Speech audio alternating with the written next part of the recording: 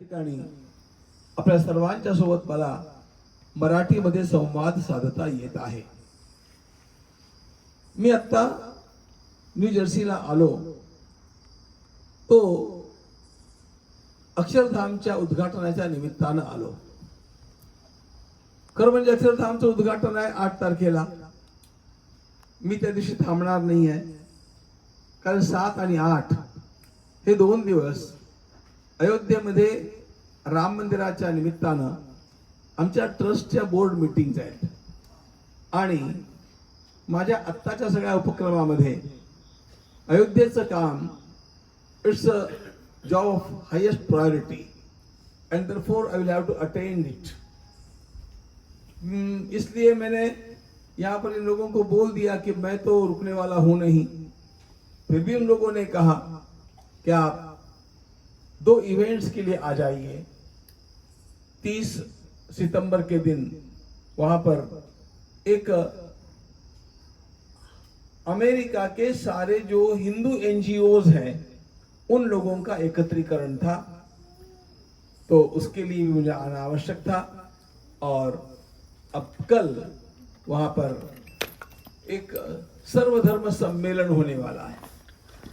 त्या दोन्ही गोष्टींच्या करता मी या ठिकाणी आलो आणि परवा मी निघून जाणार.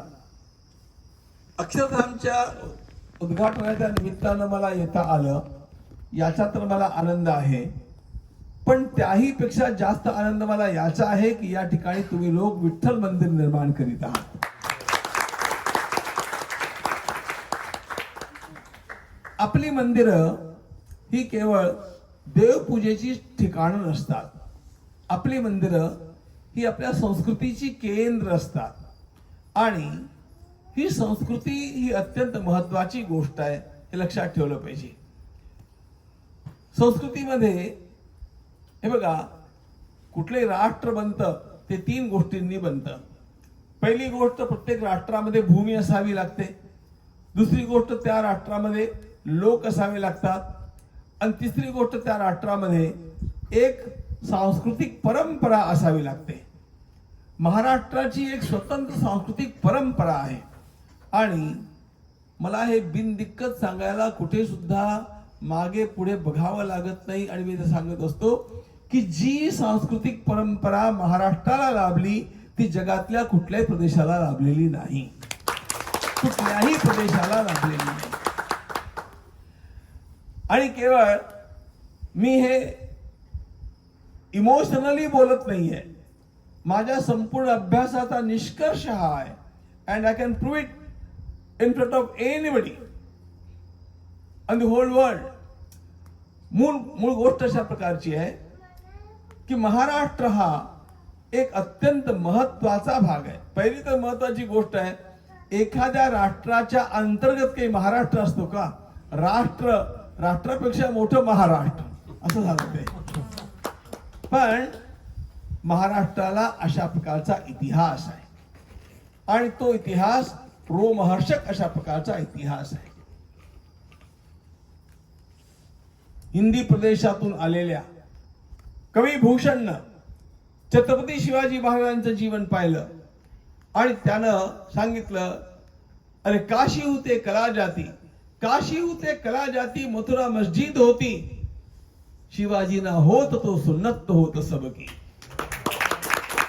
एका शिवाजीनं देश वाचवला, एका शिवाजी महाराजांनी संस्कृती वाचवली.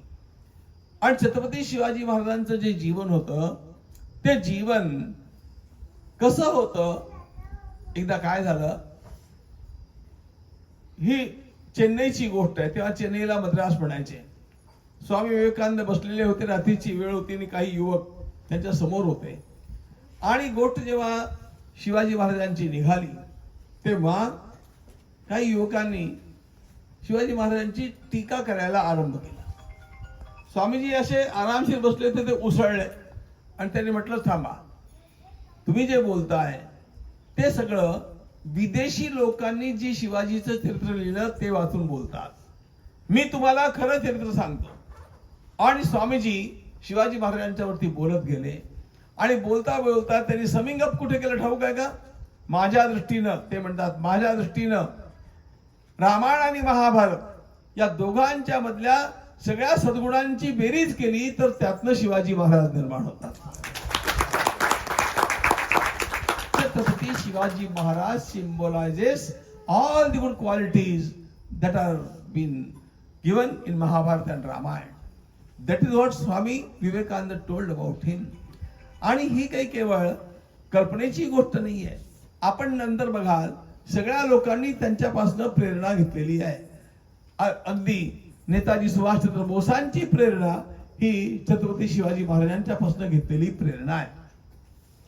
या छत्रपती शिवाजी महाराजांचा जो उदय झाला त्याच्या मागे संतांचं बॅकग्राऊंड आहे.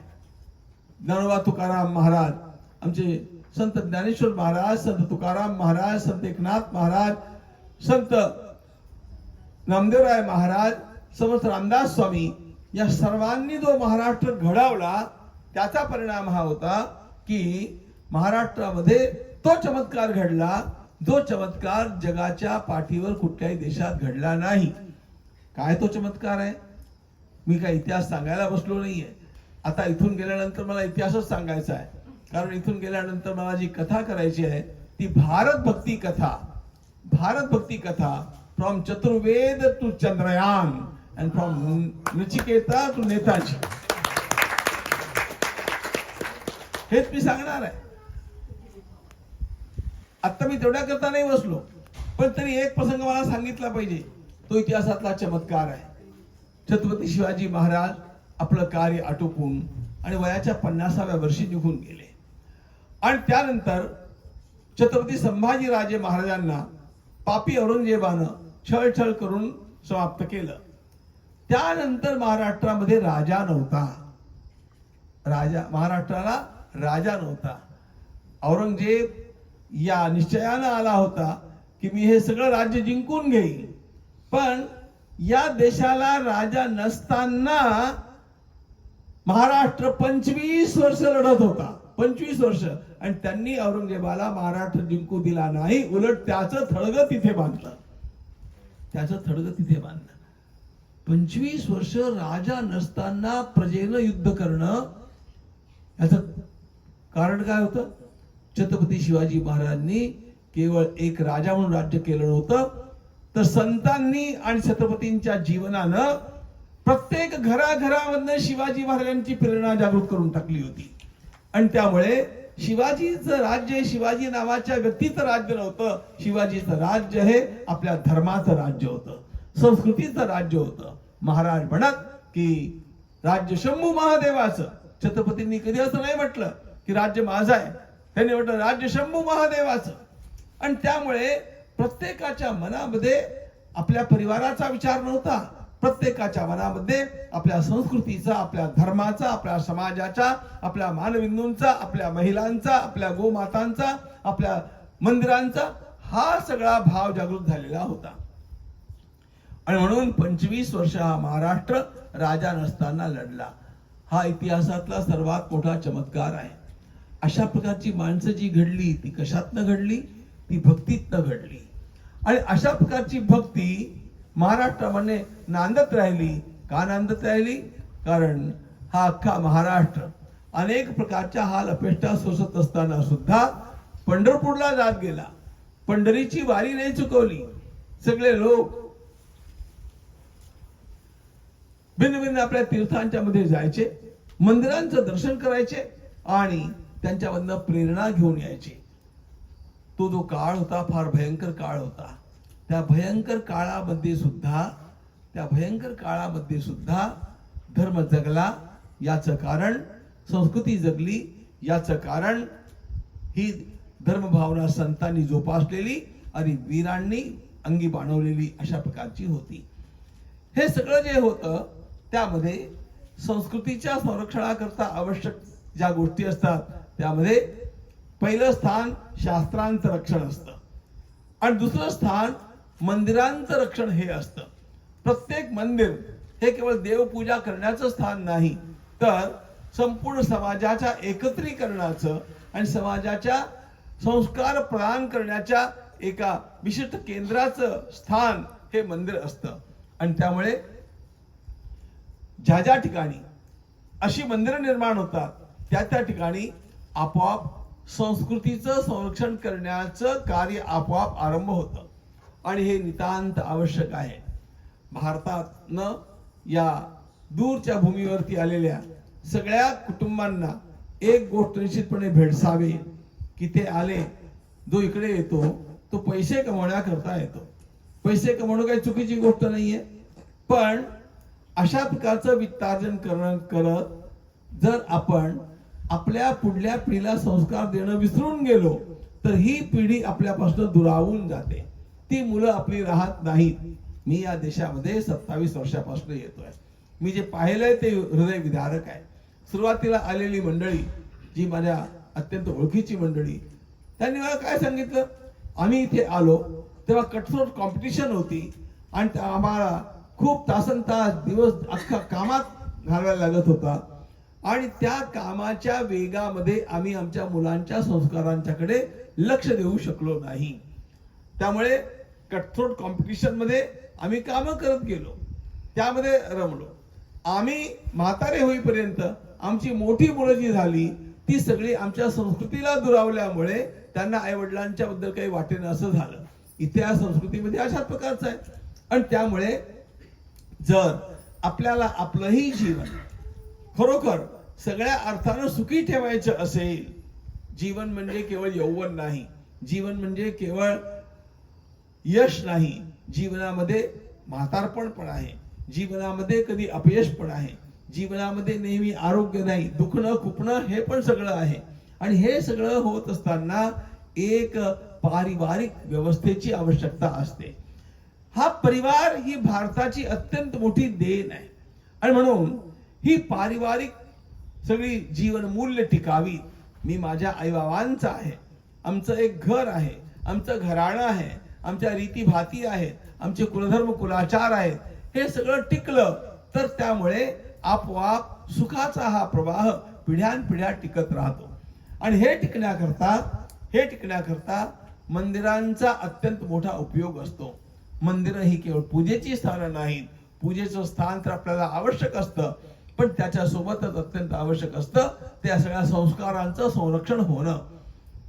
जेव्हा मंदिरामध्ये एकत्र येतो तेव्हा एकमेकांच्या रीतीभाती कळतात, तेव्हा आपोआप एक संघटन होतं, तेव्हा एकमेकांच्या सुख आणि दुःखामध्ये सहभागी होण्याची वृत्ती वाटते. आणि महत्वाची गोष्ट म्हणजे मी एकटा नाही ही भावना बळावते. मी माझ्यासोबत माझे इतके लोक आहेत. सुख दुःखांची एक गोष्ट अशी आहे मित्रांनो, सुख जेव्हा वाटलं जातं तेव्हा ते डबल होत जातं आणि दुःख जेव्हा वाटलं जातं तेव्हा ते अर्ध होत जातं. पण हे सुख दुःख वाटण्याचं स्थान पाहिजे ना. एकटा एकटा परिवार हे नाही करू शकत. म्हणून अशा प्रकारच्या अनेक परिवारांचं एकत्रीकरण ज्या ठिकाणी होईल अशा प्रकारचं मंदिर समाजामध्ये असणं आवश्यक आहे. म्हणून मला जेव्हा कळलं की या ठिकाणी एका विठ्ठल मंदिराचा एक मोठा प्रोजेक्ट आपण लोकांनी हाती घेतलाय, माझं मन आनंदानं भरून गेलं. जगामध्ये कितीही मंदिर असोत बघा, विठ्ठल मंदिराची सर अन्य कुठल्या मंदिराला येत नाही.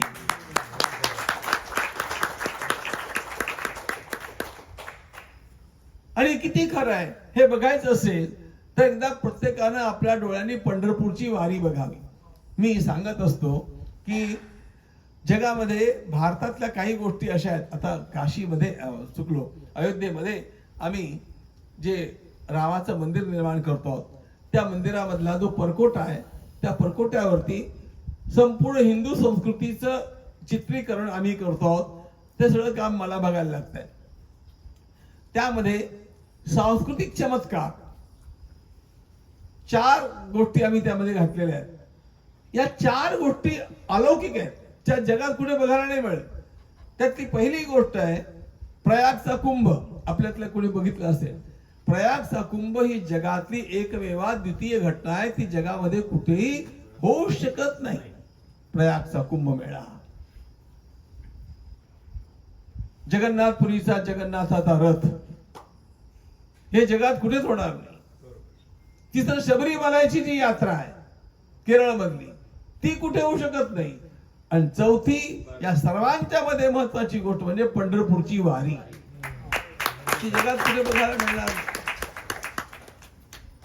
आणि याही मध्ये वारीचं वैशिष्ट्य असं आहे की सगळ्या प्रकारचे लोक त्या ठिकाणी आपोआप एकत्र येतात. भगवान पंढरीनाथाचं जे स्थान आहे त्याला भगवान आदिशंकराचार्यांनी महायोगपीठ असं म्हटलंय.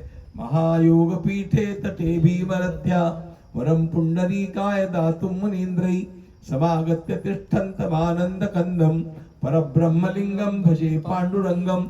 हे भगवान आदिशंकराचार्यांनी केलेलं पांडुरंगाचं वर्णन आहे. त्यात त्यांनी त्याला महायोगपीठ असं म्हटलं. महायोगपीठ म्हणजे काय? योग टू जॉईन. योग म्हणजे जोडणं. सगळ्या प्रकारच्या संप्रदाय आणि 18 पगड जातींना एकत्र करणारा हा पांडुरंग आहे, हा विठोबा आहे. आणि म्हणून सामाजिक संघटनेचं ते सर्वात मोठं केंद्र आहे. ही ती मूळ प्रेरणा. आपल्या मातृभूमीपासून हजारो मैल दुरावरती आलेल्या सगळ्या महाराष्ट्रीयन लोकांना आणि त्यांच्यासोबत इतरही सर्वांना एकत्र करण्याकरता फार उपयोगी पडू शकते. आणि म्हणून अशा प्रकारच्या या श्री विठ्ठल मंदिराचा संकल्प जो आपण केला त्याचं मी अत्यंत मनोभावे अभिनंदन करतो. आणि या मंदिराच्या संकल्पाच्या सोबत ज्या आणखी काही गोष्टी मी बघितल्या, धर्म अर्थ काम आणि मोक्ष या 4 पुरुषार्थांचा विचार करून मंदिराच्या निर्मितीनंतर त्या ठिकाणी कशा प्रकारे आपल्या संस्कृतीच्या ज्ञानदानाचं काम चालावं, आपल्या संस्कृतीच्या काही काळजी घेण्याच्या पद्धती जसं वृद्धाश्रमासारख्या गोष्टी आहेत त्याही त्या ठिकाणी साकाराव्या. आणि या ठिकाणी येणाऱ्या प्रत्येक महाराष्ट्रीयन व्यक्तीला, नवीन व्यक्तीला किंवा या ठिकाणी असलेल्या तरुणांना त्यांना आपलं अर्थबळ कसं वाढवावं याचे मार्गदर्शन मिळावं. असे जे अनेक उपक्रम त्याच्यामध्ये आपण जोडून ठेवलेले आहेत ते फार महत्वाचे आहेत. आणि म्हणून हे सगळं बघून सुखावलेला मी आपल्या सर्वांना खूप खूप धन्यवाद देतो की आपण अशा प्रकारचा संकल्प केला. आपलं अभिनंदन करतो की आपल्याला अशा प्रकारचा संकल्प सुचला. आणि आपल्याला आवाहन करतो की या मंदिराकरता जे जे प्रत्येकाला तन मन धनानं करता येईल ते प्रत्येकानं करावं. हे आपल्या सर्वांच्या वरती असलेलं समाजाचं ऋण आहे. महाभारतकारांनी 4 प्रकारची ऋण सांगितलेली आहे. एक पितृऋण आपल्या वाडवडिलांचं आपल्यावरती असतं. एक देवऋण हे देवांचं आहे. एक ऋषी ऋण हे विचारवंतांचं आहे. आणि एक समाजाचं ऋण. मी ज्या जमिनीवरती, मी ज्या रस्त्यांच्यावरती चाललो ते मी निर्माण केले नव्हते. मी ज्या शाळेत शिकलो ती मी निर्माण केली नव्हती. मी ज्या कॉलेजमध्ये शिकलो ते मी निर्माण केलेलं नव्हतं. मी ज्या मंदिरात जाऊन लहानपणापासून दर्शन घेत आलो ते मी निर्माण केलेलं नव्हतं. लोकांनी केलेल्या व्यवस्थांचा मी माझ्याकरता उपयोग केला. मग आता पुढल्या पिढीकरता व्यवस्था निर्माण करणं हे माझं कर्तव्य आहे. आपल्यावरती घेतलेलं ऋण न फेडणाऱ्याला काय म्हणतात? तो डिफॉल्टर, बँकरप्ट. जो ऋण फेडत नाही, कर्ज घेतलं पण फेडलं नाही त्याला काय म्हणतात? त्याला डिफॉल्टर म्हणतात.